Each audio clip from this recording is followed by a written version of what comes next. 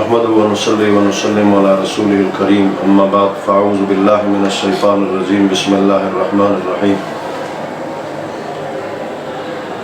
انما المؤمنون اخوة فاصلحوا بين اخويكم قال النبي صلى الله عليه وسلم المسلم من سلم المسلمون من لسانه ويده او كما قال عليه السلام۔ میرے محترم دوستوں اور بزرگوں، سامعین اور سامعات، آج ایک مرتبہ پھر ہم آپ سے مخاطب ہیں۔ میں نے ایک حدیث آپ کے سامنے پڑھی ہے، اس کے اندر اللہ تبارک و تعالیٰ کے پاک پیغمبر سے پوچھا گیا کہ مسلمانوں میں سب سے بہتر، افضل، خیر مسلمان کون سے ہیں؟ آپ نے فرمایا وہ جس کے زبان اور ہاتھ سے دوسرے مسلمان محفوظ رہیں۔ اور اسی طرح قرآن کریم کی آیت میں نے پڑھی ہے، پوری دنیا کے مسلمانوں کو اللہ تبارک و تعالیٰ نے بہن بھائی کہا۔ ساری دنیا کے مسلمان آپس میں بھائی بھائی ہیں۔ آج سے ہفتہ ڈیڑھ ہفتہ پہلے موٹر وے میں ایک سانیہ ہوا، ایک شادی شدہ خاتون کو اس کے بچوں کے سامنے اس کی عزت پر حملہ کیا گیا، اور ابھی تک ان درندوں کا، ان جانوروں کا، انسان نما ان حیوانوں اور شیطانوں کا پتہ تک نہیں چلا۔ یہ انتہائی افسوس کی بات ہے کہ آج اس ملک پاکستان میں کسی کی ماں، بہن، بیٹی کی، بیوی کی عزت اور آبرو محفوظ نہیں ہے۔ ثانی ہے موٹر وے، جہاں موٹر وے میں ہم نے تو سنا ہے کہ کیمرے لگے ہوئے ہیں، گاڑیوں کی اسپیڈ تک چیک ہوتی ہے اور ڈرائیوروں کے حالات تک چیک ہوتے ہیں، سواریوں تک کو چیک کیا جاتا ہے۔ تو یہ قابل افسوس بھی ہے اور قابل غور بھی ہے۔ نبی اکرم صلی اللہ علیہ وسلم نے اپنی زندگی میں 28 غزوات آپ نے لڑے ہیں، اور ان میں سے کئی غزوات میں بہت سارے غلام اور باندی اور کنیز اور جنگی قیدی بھی گرفتار ہوئے ہیں۔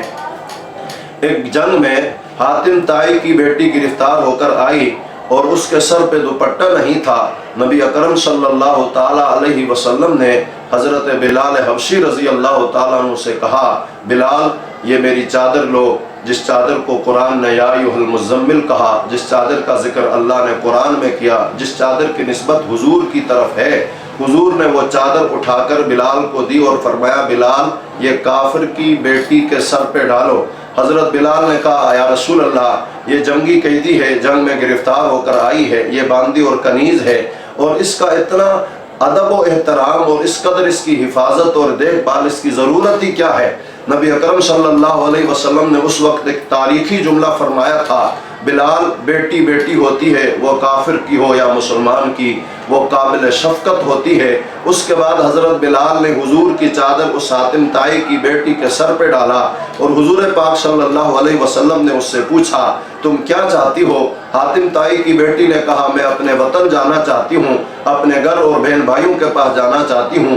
حضور نبی کریم صلی اللہ علیہ وسلم نے چند صحابہ کو ساتھ دیا اور حکم دیا کہ اس کو بحفاظت اس کے گھر اور اس کے بہن بھائیوں تک پہنچاؤ۔